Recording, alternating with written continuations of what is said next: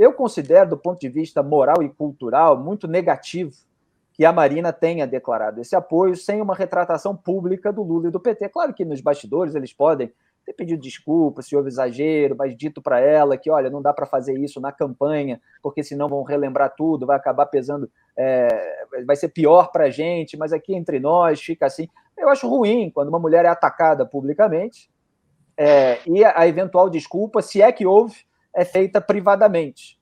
Então, ela foi muito atacada e ela se submeteu a essa liderança popular. É claro que há discurso para isso, e ela deu o discurso em nome do combate a esses lampejos autoritários do Bolsonaro, a essa postura antidemocrática, em nome do programa, o programa ambiental. A Marina está cobrando ali do Lula, o Lula já fica com uma carta na manga também, para a sua própria diplomacia, para se diferenciar do Jair Bolsonaro, como a própria Eliane falou, essa questão internacional aí, na qual o Bolsonaro tem uma imagem muito negativa, isso já serve até para o governo Lula. Então vai trazendo um pouco de tom de cinza aí para o Lula, para trazer aquele eleitorado mais indeciso. É isso que ele precisa nesse momento para tentar a vitória no primeiro turno.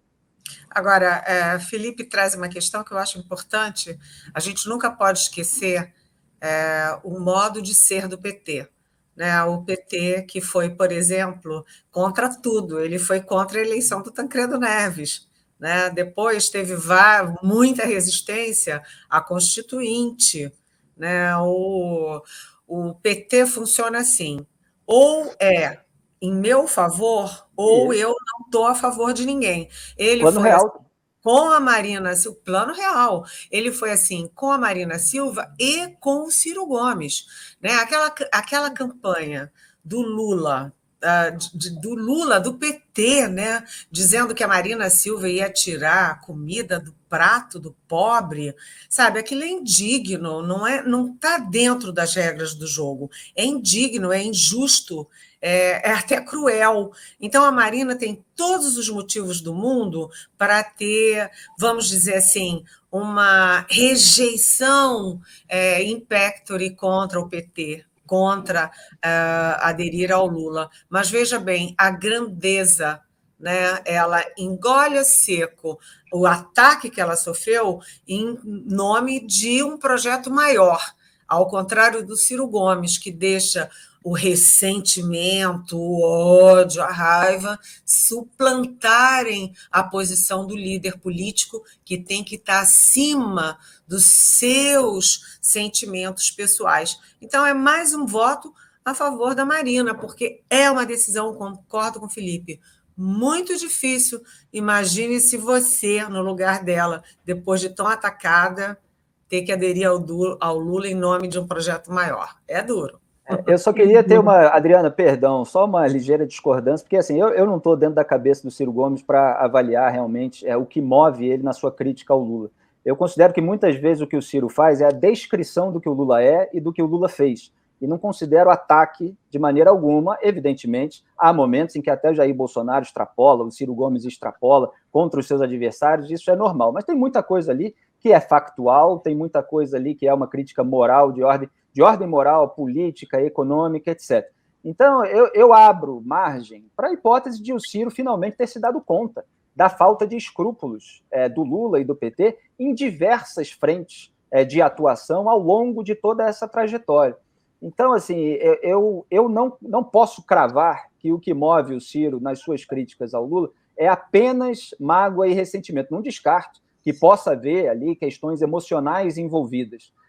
E também não consigo cravar que esse gesto da Marina é um gesto de grandeza, de se submeter à liderança mais popular nesse campo para derrotar o Jair Bolsonaro, como se o Lula merecesse esse gesto de grandeza. Pode ser, claro, que a gente pode concluir que se alguém está fazendo um gesto de grandeza dentro dessa visão de que há uma liderança ali capaz de derrotar o Jair Bolsonaro, é a Marina Silva e não o PT. Estou falando aqui em termos comparativos entre os dois, porque o PT precisa, o Lula precisa da Marina para formar essa frente ampla, para passar essa imagem de conciliador. Agora, eu consigo compreender que pessoas de tanto ver o Lula ter isso aí, que a própria Eliane falou, de se preocupar mais com a hegemonia dele, do PT, etc., de sempre pegar aquilo que é dos outros para usar para si próprio e não em favor dos outros, chega uma hora que a pessoa percebe que essa liderança é assim e não vale a pena ficar em torno dela. Eu até gostaria que mais gente no campo da esquerda fosse assim em relação ao Lula, para que o Brasil tivesse alternativas também dentro do campo da esquerda, assim como eu desejo no campo da direita.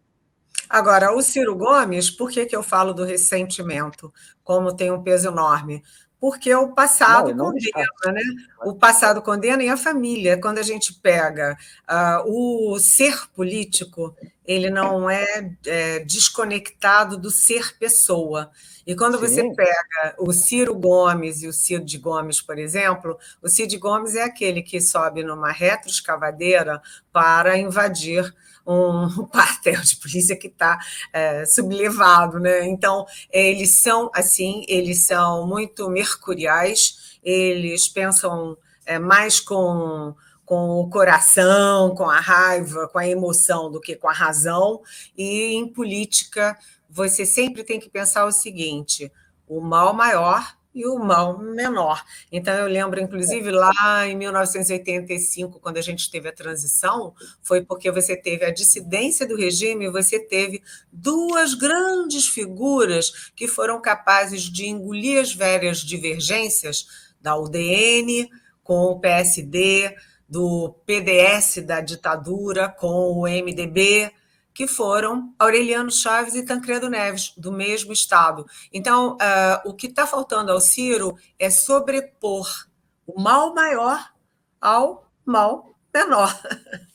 Se isso for a visão dele, porque isso também é matéria de avaliação, né? Então, enfim, ele vai fazer a sua escolha e ele pode, eventualmente, no segundo turno, acabar apoiando, deixando de lado aí todas essas críticas, mesmo que seja um apoio crítico, ou não, ou vai seguir o caminho próprio. Agora, Felipe, eu acho legítimo. Não dá para o Ciro Gomes, que é do PDT, que é um partido de centro à esquerda, fornecer tanto material de campanha para o Bolsonaro bater no Lula. Ou seja, em determinado sentido, o Ciro está fazendo uma campanha subliminar a favor do presidente Bolsonaro. Isso é o que o PT acha, e a gente, olhando aqui de fora, fica mas com a que é um direito dele. Não é muito mentira, não. Direito mas é um direito do PDT? Ele está falando por ele. Não é o que o PDT quer, e ele não está sozinho. Ele não é um espadachim solitário que está numa disputa. Ele é parte de uma equipe, de um partido, de um projeto e de uma estratégia que é nacional. Mas que tem um presidente, Carlos Lupe, uma comissão ali de ética, se eu não me engano, que ele alegou, inclusive, quando fizeram essa pergunta, que, enfim, mantém a candidatura dele. Então, com ele, esses pedetistas históricos, eu acho que eles precisam vir a público nominalmente, inclusive, para falar aquilo que estão vazando para a imprensa, né? Seria ótimo aí que a gente pudesse identificar melhor todas essas pessoas. O primeiro turno é o momento de se criticar os adversários, eu acho perfeitamente legítimo, e assim, cada candidato tem a sua visão a respeito de mal maior e mal menor. Agora, que seja necessário, porque assim, eu entendo que se pense na campanha, que se pense na vitória, que se pense na estratégia, etc. Mas existe a verdade, a realidade, o interesse do país, às vezes o desejo mesmo de um candidato que é muito crítico, mesmo que ainda seja mais crítico ao Bolsonaro, por exemplo, de permanecer ali firme com as suas críticas, inclusive para depois cobrar de todos aqueles que se submeteram a essa liderança. Vamos ver se isso vai acontecer no campo da esquerda, ou se a esquerda vai continuar relativizando tudo aquilo que é sujo no histórico do PT e nos seus atos passados e futuros na presidência, se o Lula se eleger.